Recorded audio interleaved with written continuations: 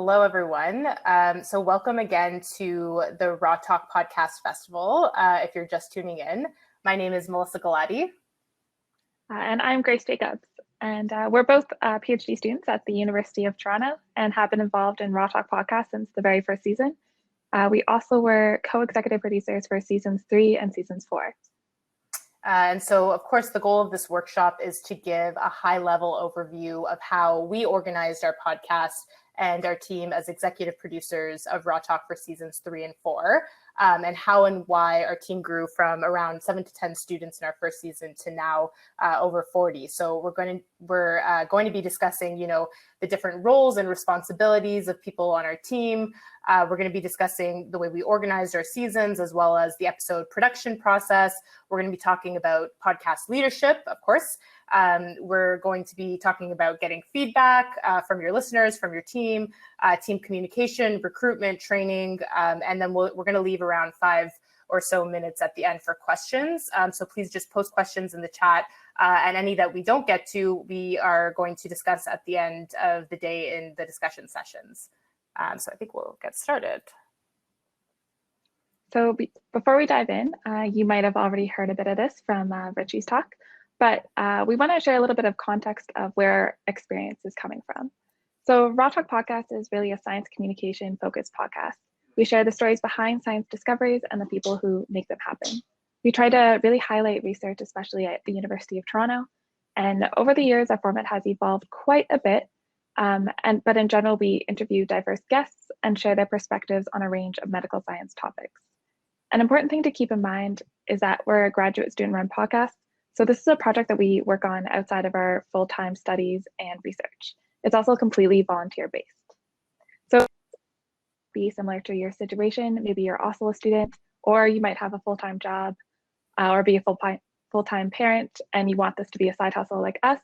Or perhaps you are able to spend time on your podcast full-time. So we're going to share what we found works for us, but please, of course, adapt and personalize these organizational tips and tricks accordingly. Okay, so we wanted to show you here how Raw Talk has changed over the years. And if you attended Richie's talk earlier, you already know a little bit about this. So our team roles and dynamics and logistics have changed a lot over the past 4.5 years. And as I mentioned earlier, in our first season, we were really quite small, only about 7 students at the very, very beginning. And everyone had to wear multiple hats at that time. And we'll go into detail on sort of the types of roles and responsibilities you'll want to consider starting out with in the following slide. So the podcast in our first season was really based on long form interviews with additional shorter segments. And actually we pre-recorded, Richie and our other producer at the time, Jabir, pre-recorded most of the episodes in season 1, which allowed us as a team to use our human resources to focus on other aspects of building a podcast, like our social media presence and sort of fine-tuning our distribution processes. So that's certainly an avenue you might already be exploring, or you may want to explore if you're just starting out. I will also say that if you're pre-recording, make sure you have the foresight to document your processes, whether it's behind the scenes work or really polished photography and videos of the interviews that are happening as they're happening, because you'll be thankful for that later when you really start to promote your podcast. And so over the years, we've shifted away from obviously pre-recorded long-form interviews to a more involved format, which included engaging multiple guests and ourselves narrating the episodes to create a story about a particular topic. So now the focus of our episodes usually center on a specific topic like transgender health or vaccines, or most recently the social determinants of health. And we made the switch ultimately to engage a wider audience and to use our platform to discuss sort of topical issues in medical science. Of course, as we made the switch, our workload to produce each episode increased. And so, our production processes and team size had to grow to meet the same deadlines we set for ourselves. And I just wanted to add here that over the years, we've expanded our social media presence, we've upgraded our website, we've incorporated more graphic design, and all of this was enabled by an increase in funding. And there are specific workshops throughout this festival that are on all of those topics. So I definitely encourage you to check them out if you have any questions specific to those, because we won't dive into intense detail on every single role in the team. We do want to give you a bit of a broad overview, though, of the various roles and responsibilities that can be a part of a podcast team. We'll first discuss roles that are a little bit more essential, and then highlight ones that you can focus on a little bit more down the road as you kind of have more capacity. So also keep in mind as well, of course, that a person can take on several roles and wear many hats. So perhaps your promotions and social media person might also be your main photographer. So your first role is your executive producer or your lead administrator, just in general, whatever you want to call them, you're the leader of your team. And so they're really important, kind of key to leading the team, but making sure really that episodes are completed and shared and that everyone on the team is working towards your collective goal. This person is also often responsible for the small details that are small but really essential to making your podcast happen. Then there are show hosts and interviews. So this is often the individuals on your team who are actually the front-facing people on your podcast. So they reach out to guests, they conduct the interviews, they also host the episodes. Then there's your content creators, who are your writers, your editors, also your fact checkers. They make sure that all the content you want from your guests ends up in the episodes. They can also create content depending on what your topic is and what your goals are for your podcast. Then there's your audio engineer. So they have the responsibility of editing the episodes and really piecing together all of your content once you have it. They're also responsible for the sound design and adding all those important details like introduction music and background noises that really make your podcast engaging and bring it to life. Then importantly, of course, once you actually have your episodes, you want to make sure that you get them out there so that your audience can actually access them and listen to them. So depending on what your goal is for your show, you really want to make sure it reaches as many people as possible, or you might be targeting a more specific audience. But you can do this through social media like Twitter or Instagram, but you can also use email listservs or collaborate with organizations to get your podcast out there, maybe a combination of the two. So some other important roles that might be slightly less important or that you kind of take on or invest more in a little bit later on could be your public relations kind of person or team. And so they're really important for and responsible for finding funding opportunities and applying for them, as well as making connections with potential sponsors. So they're really important as your podcast expands and you need funding more so. Then you can have a website master. So this might not be something you want right away, but a website can be a really great place to showcase your podcast, showcase the team. And if you end up doing other initiatives or other events that kind of complement your podcast or run by your podcast, then you can really showcase them here. Then there's your graphic designer. So this role is great for creating complementary material to your episodes that can help really further your goals again, as say a science communication podcast or any education that you're doing, and as well as of course help with promotion. Then there are your photographers. So this can be really important, or rather definitely is very important for promotion or social media, but you might not necessarily need professional level photography at the beginning of your podcast, but it might be something you kind of aspire to.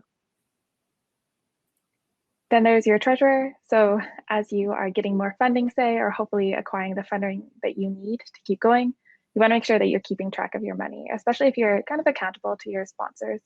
You want to be really transparent about where all that money's going. And so for a long time, our executive producers on Raw Talk were responsible for accounting. But depending on the scope of the project, it might be really helpful to have someone who's a little bit more focused on that. And finally, event coordinators. So if you would like to branch out from podcasting or run events that complement your podcast, such as live recordings or a podcast festival, keeping in mind that that can be a lot of work and you'll need to have people who have the capacity to do that and are willing to be running those events. Okay, so thank you, Grace. Grace gave you a really good idea of who is involved in the podcast. So now, we have our team and we know what everyone's role is. So how do we go about mapping out and scheduling our season? And so we really wanted to give you specifically how we do this. Of course, this is adaptable, and I'll start there. So at Raw Talk, our seasons follow the academic school calendar year.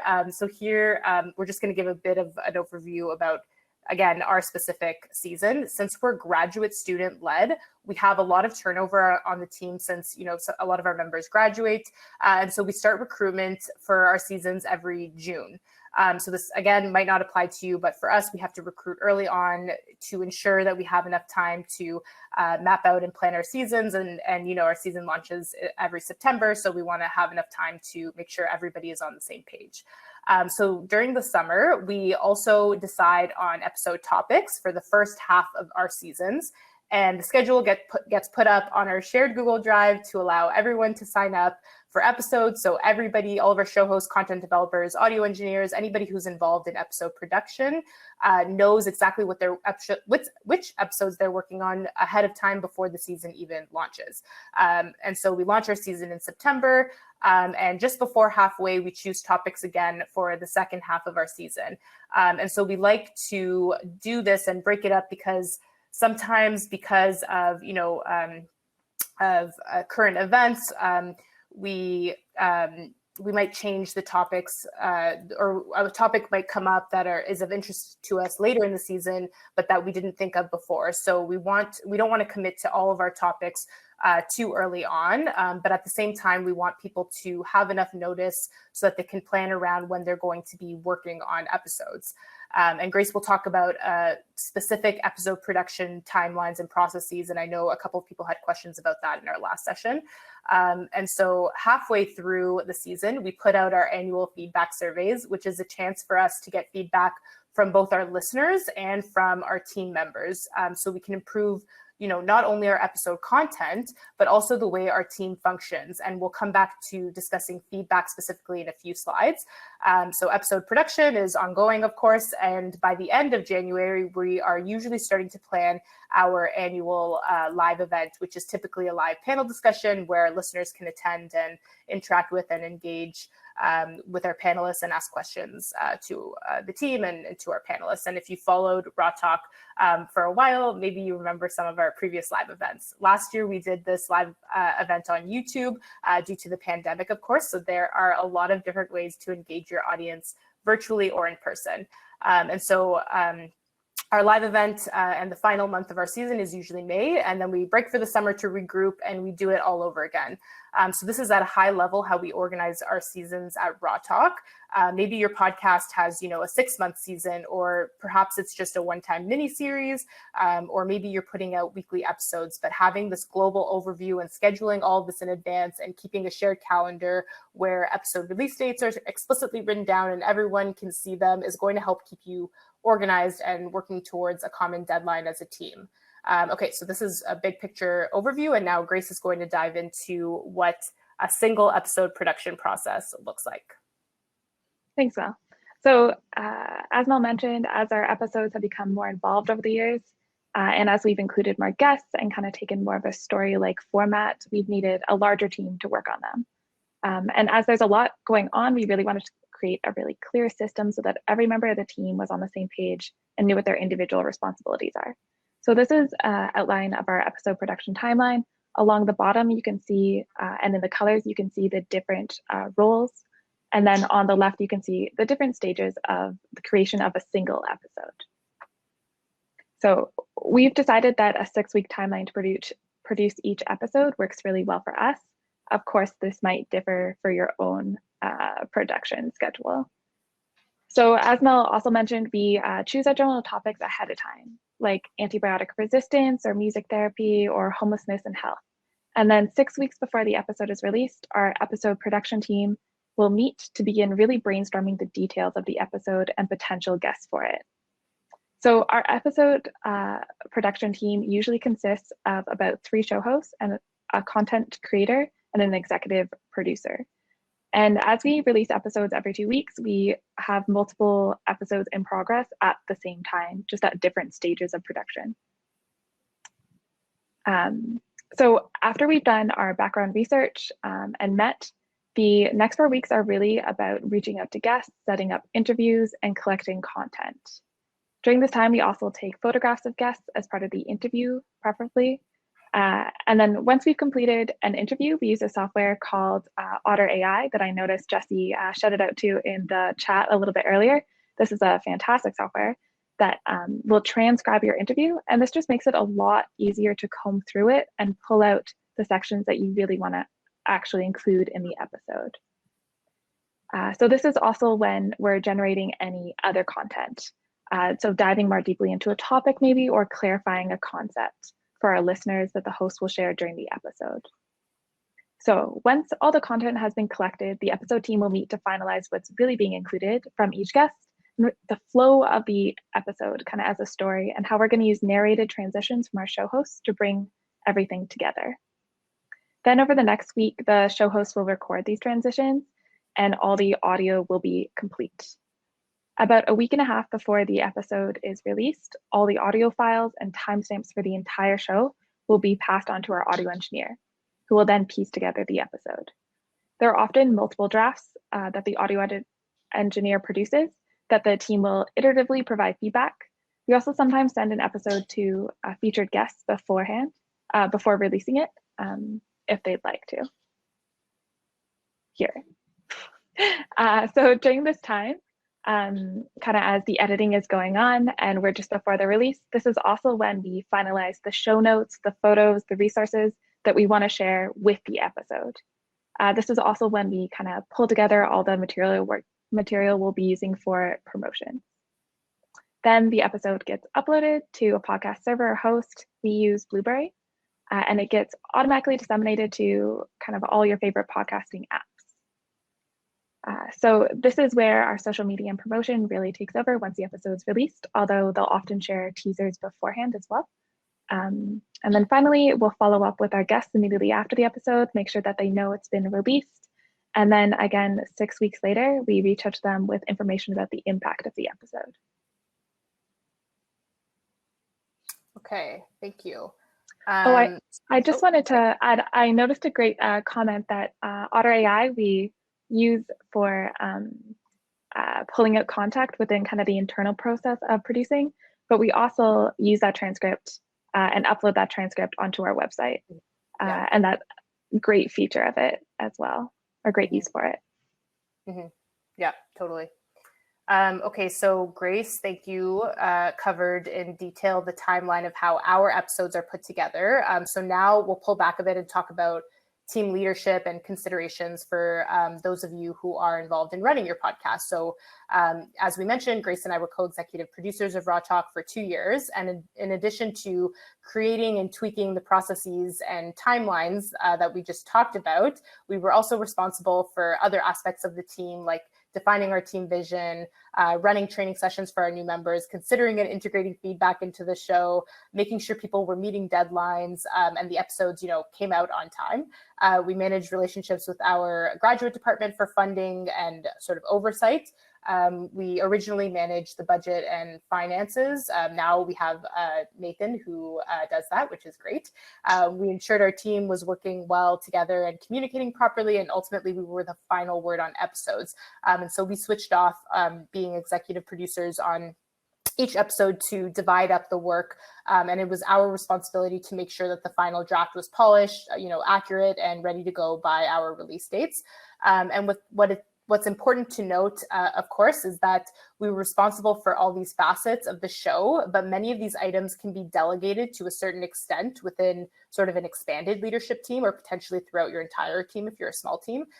So now we have, here, I'll just list out the people who are sort of involved in Raw Talk. And so these are kind of the executive positions on Raw Talk, and they're in charge of their respective smaller teams among our larger team.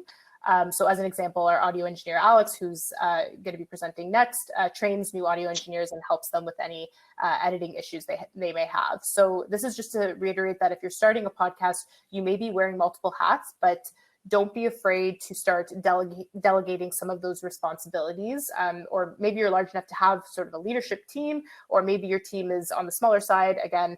And so your whole team can sort of share the various responsibilities involved in leadership, especially if you're a graduate student podcaster, this is sort of your side hustle. Okay. So we've talked about the production process and some of the logistics behind creating your show. But once you actually begin, you'll probably find that your needs are changing. and you need to kind of experiment with what works for your team. So some examples for us are our communication platform. We started in a WhatsApp group with just a few of us, and then we've moved to Slack, and now we're on Discord. Mostly Discord because our messages don't get erased, and I would recommend. We free. also, and it's free, of course, yeah. We've also had to invest in the central storage system so that all of our content is accessible to everyone on the team. And very quickly, once you start generating content, it adds up in terms of storage. But there are a number of questions you might want to ask as your podcast grows and improves as well, such as, is your audience enjoying what they're hearing? And how can you improve your content or your production processes? And if you have a larger team or a smaller team, really, how do you make sure that your management is actually effective and that everyone's happy? So as Mel mentioned, we have a team feedback survey as well as a listener feedback survey. And so the nice thing about the team feedback survey is it's just an anonymous platform for us to get feedback. But throughout the season, we also regularly check in with everyone as often as we can with each person on the team. And generally, we just really want to make sure that our teammates are satisfied with and excited with their experience, and that they are also excited about the overall podcast vision and goals. We also want to make sure that their role and their contribution within the larger team is really clear, and that they're building skills that they really value. And finally, how do they think, what feedback do they have about how the podcast, the team in general, and the leadership can improve? Thank you. So I know we're running short on time, and I apologize in advance to Alex, but we do have lots of time for discussion at the end. So again, apologies in advance.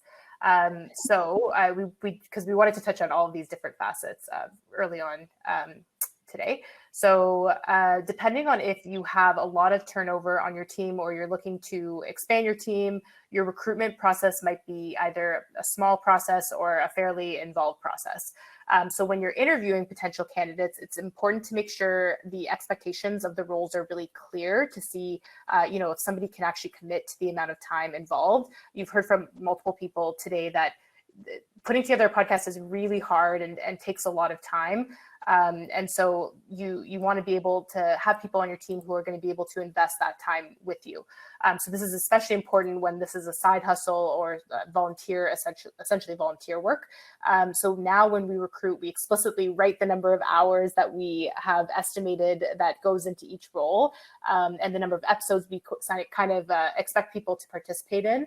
And we bring it up in interviews so that people are well aware in advance of what they're getting themselves into. Of course, you want to have a diverse team, and we've discussed a lot today the different skill sets that go into making a podcast, and of course, different perspectives we know lead to more creative ideas and solutions. Another thing that has worked really well for us, especially over the last 2 years, is that we ask applicants to submit a sample of their work depending on the role that they're interested in. So that could be a short audio clip that they record on any topic that's of interest to them, to a sample episode outline with specific topics and maybe guests that they might be interested in for that sample episode outline. For photography, we ask people to submit photographs of, that they've taken, or if they're for social media and promotions, we ask them to share any of their social media platforms or campaigns that they've been a part of. And the submission that they include, of course, will depend on the role that they're applying for. And then lastly, what we also found, especially when we were recruiting a few years ago when there was fewer podcasts, is that there weren't a ton of people specifically with podcast expertise, which is totally okay, especially if you have the resources to train incoming team members or people are really eager to, take on and learn new skills. This isn't, that aspect isn't essential. What's essential is that people have enthusiasm and interest in podcasts and excitement about your topic and vision, and that can go a long way. So, other important things that we look for are experience working with teams, of course, or any interest in creative project, and of course, on the side of audio engineering, technical skills. Podcasting experience is definitely not everything. Another kind of final consideration we take into account with recruitment is how many people do we want to recruit? So we very carefully, before we start recruiting, calculate exactly how many episodes we want to produce, how much work is going to go into them, and then we will recruit however many people. we need to kind of fill all those roles, because we've definitely found like there's a balance between, we don't want to overwork people, of course, but we want to make sure that people are contributing enough that they feel like they're a part of the team. So in terms of training, so when we're recruiting new team members, we've really found that training works best when we have whole team training that kind of covers an overview of the entire production and what everyone's roles and contributions are. And then we will also have specific training related to somebody's work so that they can learn the skills that they will actually need in their role. As an example, audio engineers will attend the entire training, of course, but then they will also have to learn specifically the nuances of our editing platform in a separate training session. We have also worked really hard to make sure that we have resources available for new team members, from templates to send to guests, to request interviews and examples of a brainstorming and editing documents, to an internal training manual that really covers our entire production process that our team can reference at any time. On our smaller episode production teams, we also try and make sure that, especially early in the season, we really balance new members with those who have a lot more experience, so that the newer members have a lot of kind of continued support and hands-on support. This year, we also introduced training related specifically to anti-oppression and inclusivity, and we were able to request this from our university Faculty of Medicine Office of Inclusion and Diversity. And this was really driven by us wanting to be conscious of the voices that we choose to amplify on our platform and make sure that we really use our platform to make a positive impact. Yes, thank you.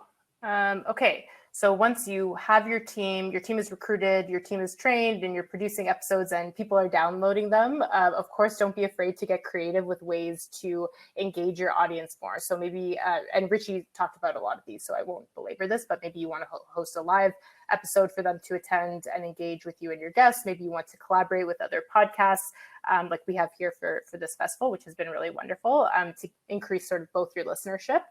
Maybe you want to expand to other platforms. So now with Zoom and many other platforms, it's easy to record both audio and video for interviews. So you may want to consider expanding to YouTube.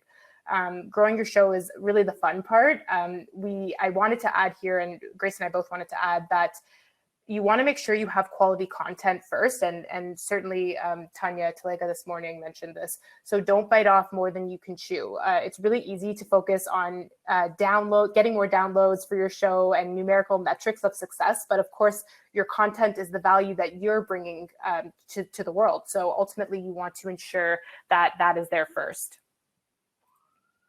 As Tanya also brought up too, once you upload an episode, it tends to be there forever too. Yeah. We wanted to kind of end on some tips for when you're starting out. So when you have a smaller team. So a reminder that there's a lot of different responsibilities, but each team member will wear multiple hats and you'll just support each other. And we heard this a lot in the panelist discussion as well. Also, another thing you can kind of start small with and then really grow is your social media. So maybe the first week you have a podcast, you don't necessarily launch like a Twitter, an Insta, and a Facebook, and then kind of set yourself up to have to put a lot of work into maintaining those platforms and keeping up with them. You can also limit your editing work. So decide whether you want, you can do like an interview-based format where you can often like just a long form, leave most of the interview, not do a lot of editing, add some intro music, things here and there, of course, versus trying to do a very polished episode with multiple segments that are drawn from different areas. It's a lot more editing work. So just keeping in mind, depending on what your podcast goals are though, of course. You can also think about kind of carefully how long your episode should be. Of course, longer episodes can be more work. And things that you can perhaps add in as you go as well are more background sounds and music and really the sound design. Really work on that as you go. You can also think carefully about how many episodes you want per season and what are appropriate deadlines that you can actually kind of make with your podcast. Deadlines we have found definitely work really well though, in terms of making sure those episodes get out there. So I highly recommend having concrete deadlines. And then creating and maintaining a website. So this is another thing you might not need in the beginning, but later on, especially if say you are hosting events or something to complement your podcast, this can be where you showcase them. But this is also a really nice place to showcase your team and anything else there, your sponsors too, I guess. Things we definitely kind of recommend focusing on early on though, in addition to kind of quality content, is thinking a little bit or thinking a lot about your name, your logo, your branding, and what you really the purpose of your podcast is and who the audience is that you're targeting. Because these things like name and logo, they really stick with you. And Raw Talk kind of has some funny stories. Richie mentioned we used to be called Raw Data podcast. And we didn't realize that there was actually another podcast called Raw Data until they told us. Also, 5 years later, we're not super sure how we feel about our hashtag Keep It Raw. So things to think about. Yeah, learn from our mistakes. Okay, so we'll leave it off there. I know we've gone over time, and I apologize in advance to Alex, who is up after us. I do some questions now, or wait till the session. I think most of the questions have actually been answered by our fellow Raw Talkers. So I think, yeah, we'll just hand it over to Alex.